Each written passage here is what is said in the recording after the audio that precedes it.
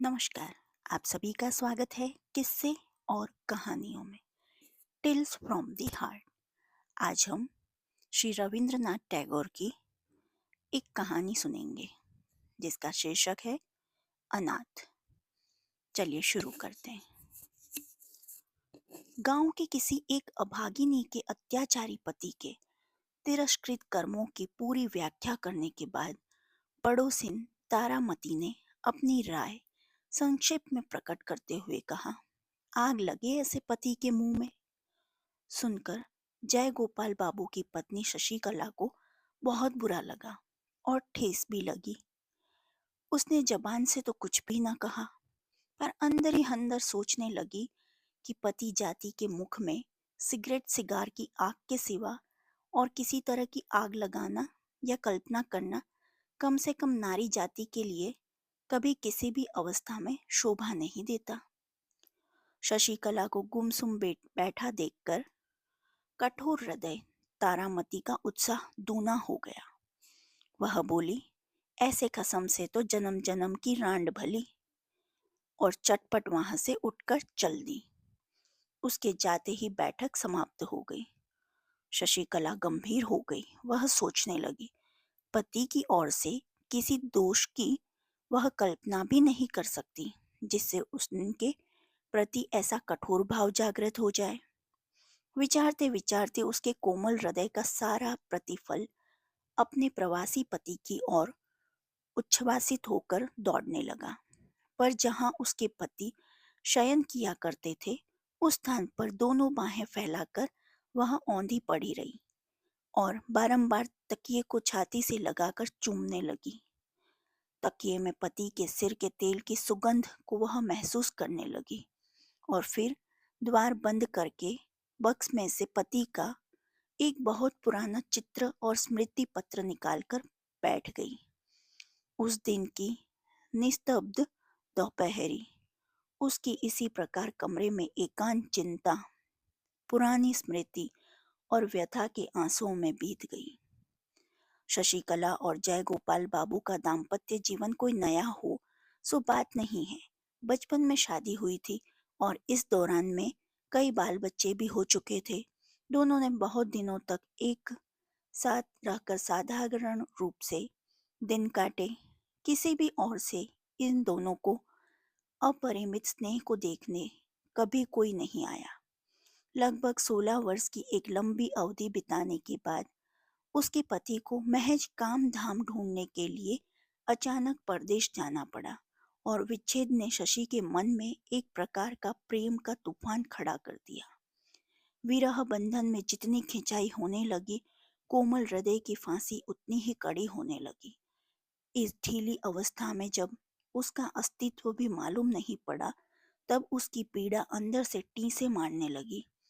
इसी से इतने दिन बाद इतनी आयु में बच्चों की मां बनकर शशिकला आज बसंत की दोपहरिया में निर्जन घर में विरह सैया पर पड़ी नववधू का सा सुख स्वप्न देखने लगी, जो स्नेह अज्ञात रूप जीवन के आगे से बहा चला गया था। सहसा आज उसी के भीतर जागकर मन ही मन बहाव से विपरीत तैरकर पीछे की ओर बहुत दूर पहुंचाना चाहती है, जहां स्वर्णपुरी में कुंज वनों की भरमार है और स्नेह की उन्माद अवस्था, किंतु उस अतीत के स्वर्णिम सुख में पहुंचने का अब उपाय क्या है, फिर स्थान कहाँ है, सोचने लगी। अब की बार जो वह पति को पास पाएगी, तब जीवन की इन शेष घड़ियों को और बसंत की आभा भी निष्फल नहीं होने देगी। कितने ही दिवस, कितनी ही बार उसने छोटी मोटी बातों पर वाद विवाद करके, इतना ही नहीं, उन बातों पर कलह कर करके पति को परेशान कर डाला है। आज अतृप्त मन ने भी एकांत इच्छा से संकल्प किया कि भविष्य में कदापि संघर्ष न करेगी, कभी भी उनकी इच्छा के विरुद्ध नहीं चलेगी, उनकी आज्ञा को पूरी तरह पालेगी, सब काम उनकी तबीयत के अनुसार किया करेगी, स्नेह युक्त विनम्र हृदय से अपने पति का बुरा भला व्यवहार सब चुपचाप सह लिया करेगी। कारण पति सर्वस्व है, पति प्रियतम है, पति देवता है। बहुत दिनों तक शशिकला अपने माता पिता की एकमात्र लाडली बेटी रही। उन दिनों जय गोपाल बाबू वास्तव में मामूली नौकरी किया करते थे। फिर भी भविष्य के लिए उसे किसी प्रकार की चिंता न थी। गांव में जाकर पूर्ण वैभव के साथ रहने के लिए उसके ससुर के पास पर्याप्त मात्रा में चल अचल संपत्ति थी। इसी बीच बिल्कुल ही असमय में शशिकला के वृद्ध पिता काली प्रसन्न के यहाँ पुत्र ने जन्म लिया। सत्य कहने में क्या है, भाई के इस जन्म से शशिकला को बहुत दुख हुआ और जय गोपाल बाबू भी इस नन्हे साले को पाकर विशेष प्रसन्न नहीं हुए। अधिक आयु में बच्चा होने के कारण उस पर माता पिता के लाड़ प्यार का कोई ठिकाना न रहा। उस नवजात छोटे दूध पीते निद्रातुर साले ने अपनी अज्ञानता में न जाने कैसे अपने कोमल हाथों की छोटी छोटी मुट्ठियों में जय गोपाल बाबू की सारी आशाएं पीस कर जब चकनाचूर कर दी, तब वह आसाम के किसी छोटे बगीचे में नौकरी करने के लिए चल दिया। सबने कहा सुना कि पास में ही कहीं छोटा मोटा काम धंधा खोज करके यहीं रहो तो अच्छा हो, किंतु चाहे गुस्से के कारण से हो या गैरों की नौकरी करने में शीघ्र ही अमीर बनने की धुन से हो, उसने किसी की बात पर ध्यान नहीं दिया। शशि को बच्चों के साथ उसके मायके में छोड़कर वह आसाम चला गया। विवाह के उपरांत इस दंपति में यह पहला विच्छेद था। पति के चले जाने से शशि को दूध मुँहे भाई पर बड़ा क्रोध आया, जो मन की पीड़ा को स्पष्ट रूप में कह नहीं सकता। उसी को क्रोध अधिक आता है।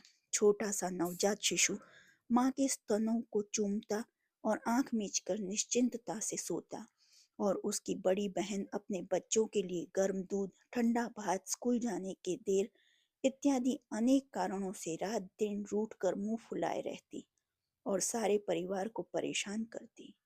थोड़े दिन बाद ही बच्चे की माँ का स्वर्गवास हो गया। मरते समय माँ अपने गोद के बच्चे को लड़की के हाथ सौंप गई। अब तो बहुत ही शीघ्र मातृहीन शिशु ने अपनी कठोर हृदया दीदी का हृदय जीत लिया।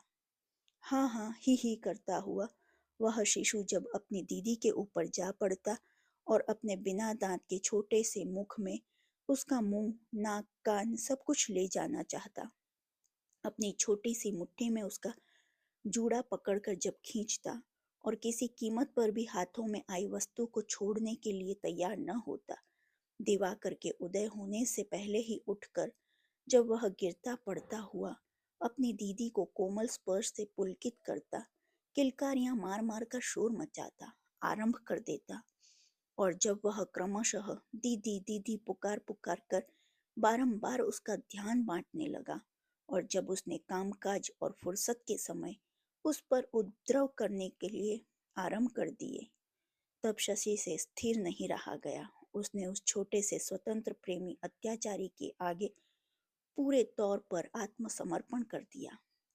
बच्चे की मां नहीं, इसी से शायद उस पर उसकी सुरक्षा का अधिक भार आ पड़ा। शिशु का नाम हुआ नीलमणि। जब वह 2 वर्ष का हुआ तब उसके पिता असाध्य रोगी हो गए। बहुत ही शीघ्र चले आने के लिए जय गोपाल बाबू को लिखा गया। जय गोपाल बाबू जब मुश्किल से उस सूचना को पाकर ससुराल पहुंचे, तब तक ससुर काली प्रसन्न मौत की घड़ियां गिन रहे थे। मरने से पूर्व काली प्रसन्न ने अपने एकमात्र नाबालिग पुत्र नीलमणि का सारा भार दामाद जय गोपाल बाबू पर छोड़ दिया और अपनी अचल संपत्ति का 1/4 भाग अपनी बेटी शशिकला के नाम कर दिया। इसलिए चल अचल संपत्ति की सुरक्षा के लिए जय गोपाल बाबू को आसाम की नौकरी छोड़कर ससुराल चले आना पड़ा। बहुत दिनों के उपरांत पति पत्नी में मिलन हुआ। किसी जड़ पदार्थ के टूट जाने पर उनके जोड़ों को मिलाकर किसी प्रकार उसे जोड़ा जा सकता है, किंतु दो मानवीय हृदयों को जहां से फट जाते हैं, विरह की लंबी अवधि बीत जाने पर फिर वहां ठीक पहले जैसा जोड़ कहाँ मिलता है। कारण हृदय सजीव पदार्थ है, क्षणों में उसकी परिणति होती है और क्षण में ही परिवर्तन। इस नए मिलन पर शशि के मन में अब की बार नए ही भावों का श्री गणेश हुआ, मानो अपने पति से उसका पुनः विवाह हुआ हो। पहले दाम्पत्य में पुरानी आदतों के कारण जो एक जड़ता सी आ गई थी, विरह के आकर्षण से वह एकदम टूट गई और अपने पति को मानो उसने पहले की अपेक्षा कहीं अधिक पूर्णता के साथ पा लिया। मन ही मन में उसने संकल्प किया कि चाहे कैसे ही दिन बीते, वह पति के प्रति उद्दीप्त स्नेह की उज्ज्वलता को तनिक भी म्लान न होने देगी। किंतु इस नए मिलन में जयगोपाल बाबू की मन की दशा कुछ और ही हो गई। इससे पूर्व जब दोनों अविच्छेद रूप से एक साथ रहा करते थे, जब पत्नी के साथ उसके पूरे स्वार्थ और विभिन्न कार्यों में एकता का संबंध था, जब पत्नी के साथ उसके जीवन का एक नित्य सत्य हो रही थी और जब वह उसे पृथक करके कुछ करना चाहते थे, तो दैनिक चर्या की राह में चलते चलते अवश्य उनका पांव अकस्मात गहरे गर्त में पड़ जाता। उदाहरणतः कहा जा सकता है कि परदेश जाकर पहले पहल वह भारी मुसीबत का शिकार हो गए। वहां उन्हें ऐसा प्रतीत होने लगा मानो अकस्मात उन्हें किसी ने गहरे जल में धक्का दे दिया हो। लेकिन क्रमशः उनके उस विच्छेद में नए कार्य को थेकली लगा दी गई। केवल इतना ही नहीं, अपितु पहले जो उनके दिन व्यर्थ आलस्य में कटे जाया करते थे, उधर 2 वर्षों से अपनी आर्थिक अवस्था सुधारने की कोशिश के रूप में उनके मन में एक प्रकार की जबरदस्त क्रांति का उदय हुआ। उनके मन में सामुक मालदार बनने की एक निष्ठ इच्छा के सिवा कोई और चीज नहीं थी। इस नए उन्माद की तीव्रता के आगे पिछला जीवन उनको बिल्कुल ही सारहीन या दृष्टिगत होने लगा। नारी जाति की प्रकृति में खास परिवर्तन ले आता है। स्नेह और पुरुष जाति की प्रकृति में कोई खास परिवर्तन होता है तो उसकी जड़ में रहती है कोई न कोई दुष्ट प्रवृत्ति। जय गोपाल बाबू 2 वर्ष पश्चात आकर पत्नी से मिले तो उन्हें हूबहू पहले सी पत्नी नहीं मिली। उनकी पत्नी शशि के जीवन में उनके नवजात साले ने एक नई ही परिधि स्थिति कर दी है, जो पहले से भी कहीं अधिक विस्तृत और संकीर्णित थी, से कोसों दूर है। शशि के मन में इस भाव से वह बिल्कुल भी अनभिज्ञ थे और न इससे उनका मेल ही बैठता था। शशि अपने इस नवजात शिशु के स्नेह में से पति को भाग देने का बहुत यत्न करती, पर उसमें इसे सफलता मिली या नहीं, कहना कठिन है।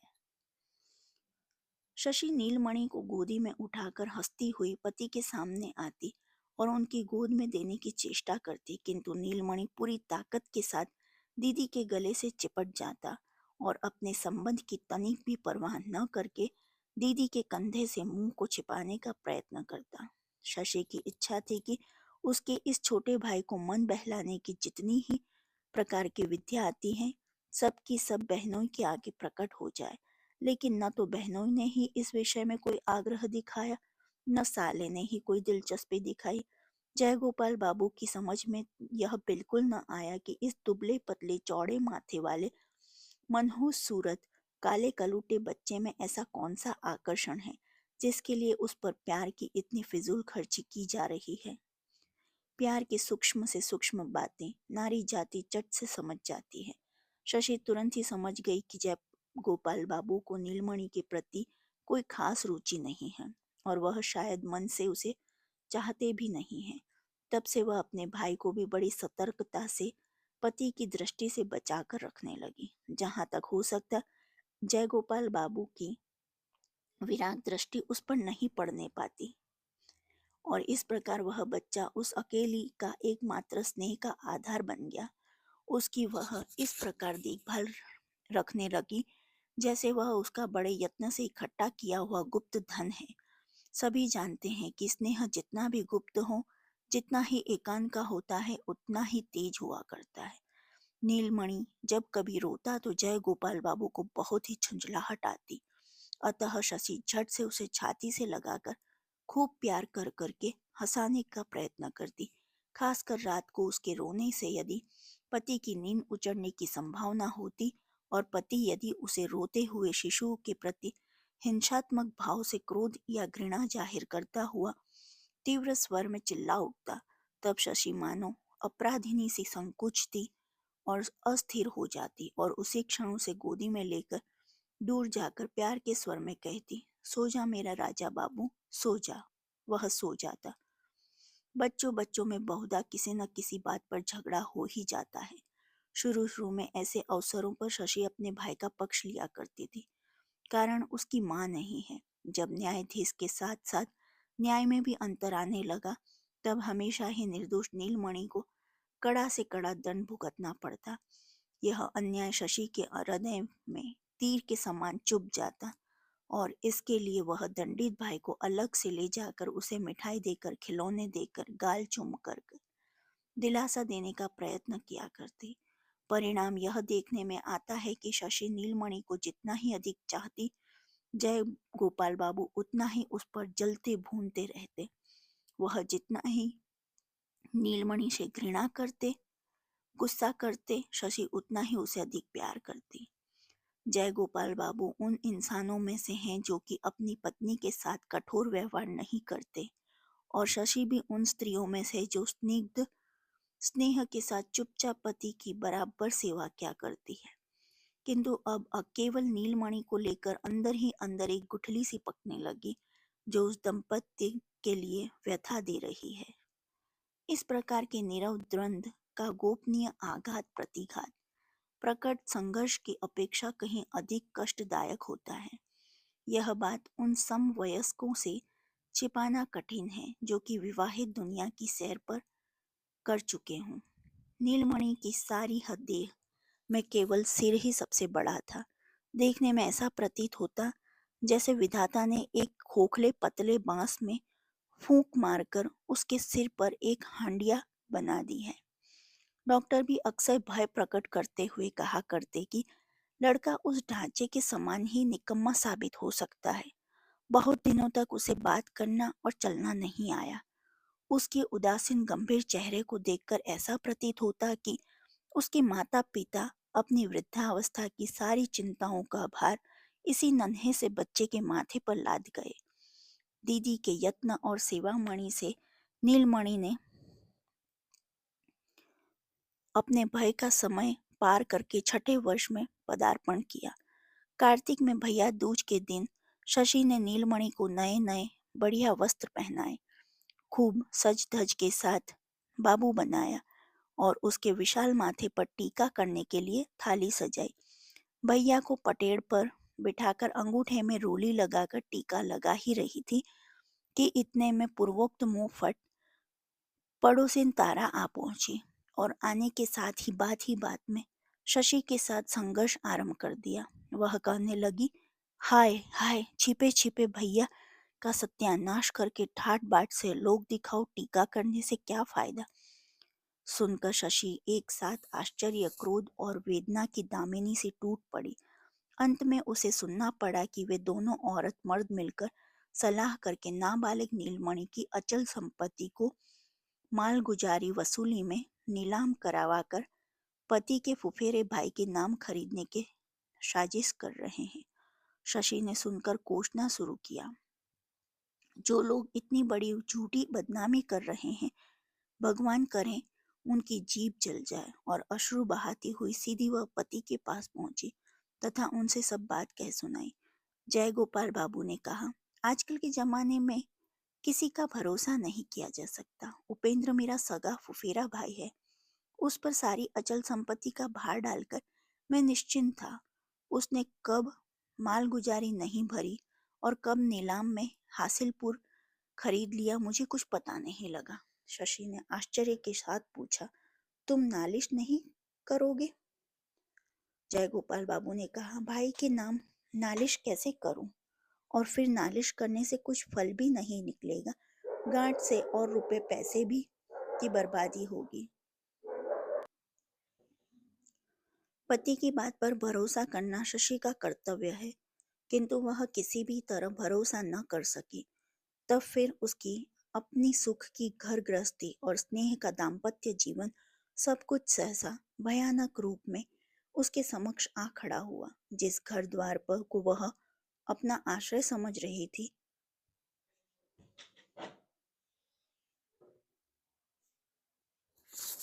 जिस घर द्वार को वह अपना आश्रय समझ रही थी, अचानक देखा कि उसके लिए वह एक निष्ठुर फांसी बन गया है, जिसने चारों ओर से उन दोनों भाई बहन को घेर रखा है। वह अकेली अबला है। असहाय नीलमणि को कैसे बचाए, उसकी कुछ समझ में नहीं आता। जैसे जैसे वह सोचने लगी, वैसे वैसे भय और घृणा से संकट में पड़े हुए अबोध भाई पर उसका प्यार बढ़ता ही गया। उसका हृदय ममता और आंखें आंसुओं से भर आई। वह सोचने लगी, यदि उसे उपाय मालूम होता तो वह लाट साहब के दरबार में अपनी अर्जी दिलवाती, और वहां से भी कुछ न होता तो महारानी विक्टोरिया के पास खत भेजकर अपने भाई की जायदाद अवश्य और महारानी साहिबा नीलमणि की वार्षिक 758 रुपये लाभ की जायदाद हासिलपुर कदापि नहीं बिकने देती। इस प्रकार शशि जबकि सीधा महारानी विक्टोरिया के दरबार में न्याय करा के अपने फुफेरे देवर को ठीक करने का उपाय सोच रही थी, तब सहसा नीलमणि को तीव्र ज्वर चढ़ आया और दौरा पड़ने लगा कि हाथ पांव तन गए और बारंबार बेहोशी पड़ने लगी। जयगोपाल ने गांव के एक देशी काले डॉक्टर को बुलवाया। शशि ने अच्छे डॉक्टर के लिए प्रार्थना की तो जयगोपाल बाबू ने उत्तर दिया, क्यों, मोतीलाल क्या बुरा डॉक्टर है?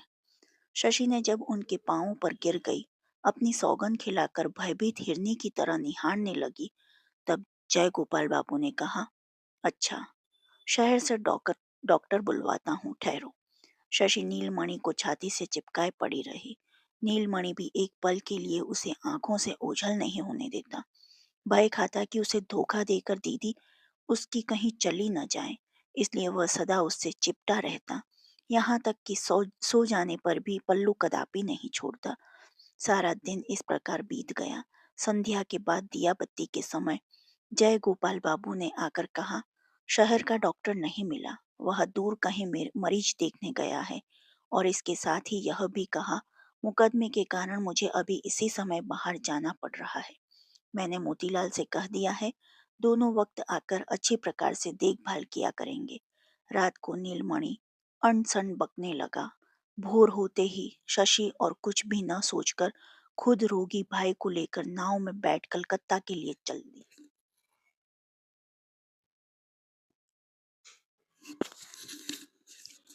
कलकत्ता जाकर देखा कि डॉक्टर घर पर ही है, कहीं बाहर नहीं गए हैं। भले घर की स्त्री समझकर डॉक्टर ने झटपट उसके लिए ठहरने का प्रबंध कर लिया और उसकी मदद के लिए एक अधेड़ विधवा को नियुक्त कर दिया। नीलमणि का इलाज चलने लगा।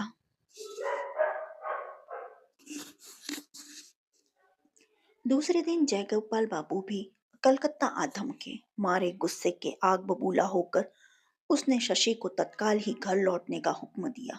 शशि ने कहा, मुझे यदि तुम काट भी डालो तब भी मैं अभी घर नहीं लौटने की। तुम सब मिलकर मेरे नीलमणि को मार डालना चाहते हो। उसके बाप नहीं, माँ नहीं, मेरे सिवा उसका है ही कौन? मैं उसे बचाऊंगी, बचाऊंगी, अवश्य बचाऊंगी। जय गोपाल बाबू भाववेश में आकर बोले, तो तुम यहीं रहो, मेरे घर अब कदापि मत आना। शशि ने उसी क्षण तपाक से कहा, तुम्हारा घर कहाँ से आया? घर तो मेरे भाई का है। जय गोपाल बाबू बोले, अच्छा देखा जाएगा। कुछ दिनों तक इस घटना को लेकर मोहल्ले के लोगों में चुहलबाजियां चलती रही, अनेक वाद विवाद होते रहे। तभी पड़ोसी तारा ने कहा, अरे खसम के साथ लड़ना ही हो तो घर पर रहकर लड़ो ना, जितना लड़ना हो। घर पर छोड़कर घर छोड़कर बाहर लड़ने झगड़ने की क्या जरूरत? कुछ भी हो, आखिर है तो तुम अपना घरवाला ही। हाथ में जो कुछ जमा पूंजी थी सब खर्च करके, आभूषण आदि जो कुछ भी थे सब बेचकर किसी प्रकार शशि ने अपने नाबालिग भाई को मौत के मुंह से निकाल लिया। और तब उसे पता लगा कि दुआर गांव में उन लोगों की जो बड़ी भारी खेती की जमीन थी और उस पर उनकी पक्की हवेली भी थी, उसकी वार्षिक आय लगभग 1.5 सहस्त्र थी। वह भी जमींदार के साथ मिलकर जय गोपाल बाबू ने अपने नाम करा ली। अब सारी अचल संपत्ति उसके पति की है, भाई का उसमें कुछ भी हक नहीं रहा। रोग से छुटकारा मिलने पर नीलमणि ने करुण स्वर में कहा, दीदी घर चलो, वहाँ अपने साथियों से खेलने के लिए उसका जी मचल रहा है। इसी से प्रेरित होकर वह बार बार कहने लगा, दीदी, आपने उसी घर में चलो ना। सुनकर शशि रोने लगी, बोली, हम लोगों का अब घर कहाँ है? लेकिन केवल रोने से ही फल क्या? अब दीदी के सिवा इस दुनिया में उसके भाई का ही है ही कौन?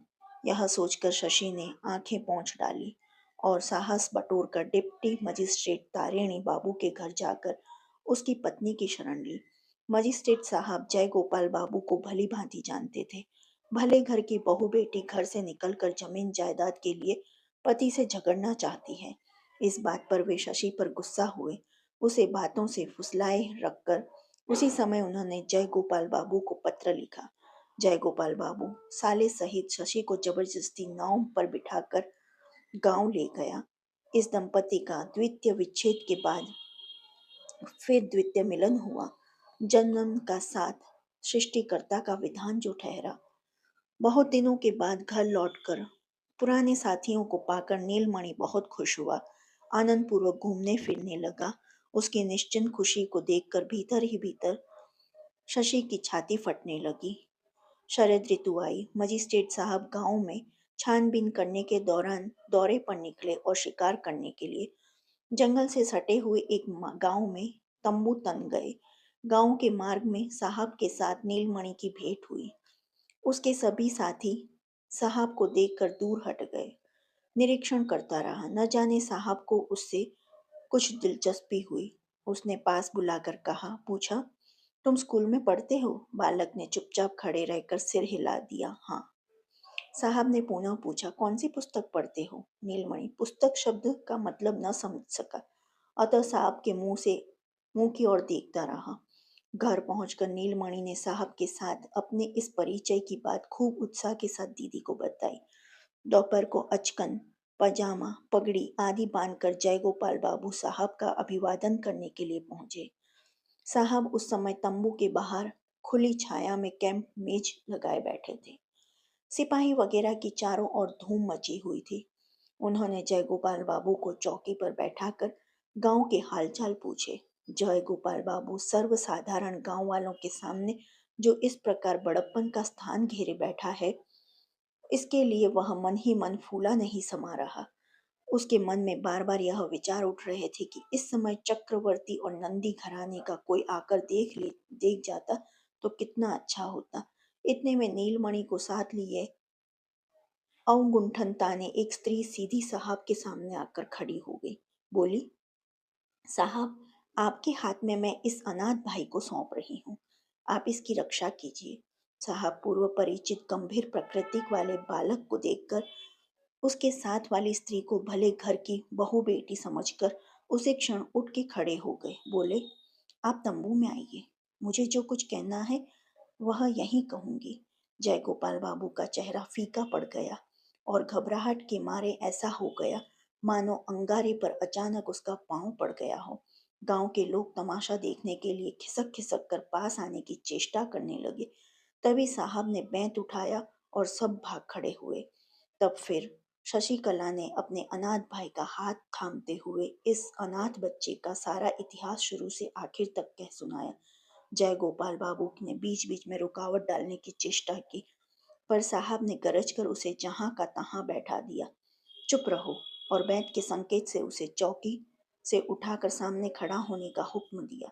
जय गोपाल बाबू शशि को मन ही मन कोसता हुआ सामने खड़ा रहा और नीलमणि अपनी दीदी से बिल्कुल चिपट कर मुंह बनाए चुपचाप खड़ा सुनता रहा। शशि की बात सुन लेने पर साहब ने जय गोपाल बाबू से कई प्रश्न पूछे और उनका उत्तर पाकर बहुत देर तक चुप रहकर शशि को संबोधित करके बोले, बेटी, यह मामला मेरी कचहरी में नहीं चल सकता, पर तुम बेफिक्र रहो। इस विषय में मुझे जो कुछ करना होगा अवश्य करूंगा। तुम इस अनाथ भाई को लेकर बेधड़क घर जा सकती हो। शशि ने कहा, साहब, जब तक इस अनाथ का अपना मकान नहीं मिल सकता तब तक इसे लेकर घर जाने का साहस मैं नहीं कर सकती। अब यदि आप इसे अपने पास नहीं रखते तो और कोई भी इस अनाथ की रक्षा नहीं कर सकता। साहब ने पूछा, तुम कहाँ जाओगी? शशि ने उत्तर दिया, मैं अपने पति के घर लौट जाऊंगी। मेरी कुछ फिक्र नहीं है। साहब मुस्कुराया और ताबीज बंधे और दुबले पतले गंभीर स्वभाव वाले काले रंग के उस खुद दुखी अनाथ बालक को अपने पास रखने को तैयार हो गया। इसके उपरांत शशि जब विदा होने लगी तब बालक ने उसकी धोती का छोर पकड़ लिया। साहब ने कहा, बेटा तुम डरो मत, आओ मेरे पास आओ। अवगुंठन के भीतर आश्रुओं से झरना बहाते और पहुंचते हुए अनाथ की दीदी ने कहा, मेरा राजा भैया है ना, जा जा साहब के पास जा, तेरी दीदी तुझसे फिर मिलेगी। अच्छा, इतना कहकर उसने नीलमणि को उठा छाती से लगा लिया और माथे पर पीठ पर हाथ फेर कर किसी प्रकार उसके पतले हाथों से अपनी धोती को छोड़ छुड़ाया और बड़ी तेजी से वहां से चल दी। साहब ने तुरंत ही बाएं हाथ से उस अनाथ बालक को रोक लिया और बालक दीदी दीदी चिल्लाता हुआ जोर जोर से रोने लगा। शशि ने एक बार मुड़कर दूर से अपना दाहिना हाथ उठाकर अपनी ओर से उसे चुप होने के लिए सांत्वना दी। अपने टूक टूक हुए हृदय को लेकर और भी तेजी से आगे निकल गई। फिर बहुत दिनों तक उस पुरानी हवेली में पति पत्नी का मिलन हुआ। सृष्टिकर्ता का विधान जो ठहरा, लेकिन यह मिलन अधिक दिन तक न रह सका। कारण इसके पीछे कुछ ही दिन बाद एक दिन भोर होते हुए गांव वालों ने सुना कि रात को जय गोपाल बाबू की स्त्री हैजे से मर गई और रात ही उसका अंतिम संस्कार हो गया। विदा के समय शशि अपने अनाथ भाई को वचन दे आई थी कि उसकी दीदी उससे फिर मिलेगी। पता नहीं उस वचन को वह निभा सकी अथवा नहीं। जो आपको अनाथ की ये कहानी कैसी लगी, अच्छी लगी हो तो please like share and subscribe करें। कमेंट बॉक्स में बताइए कि कैसी लगी और ऐसी ही कहानी दूसरी सुनने के लिए प्लीज़ प्रेस बेल आइकन। देखने के लिए जय हिंद, जय भारत।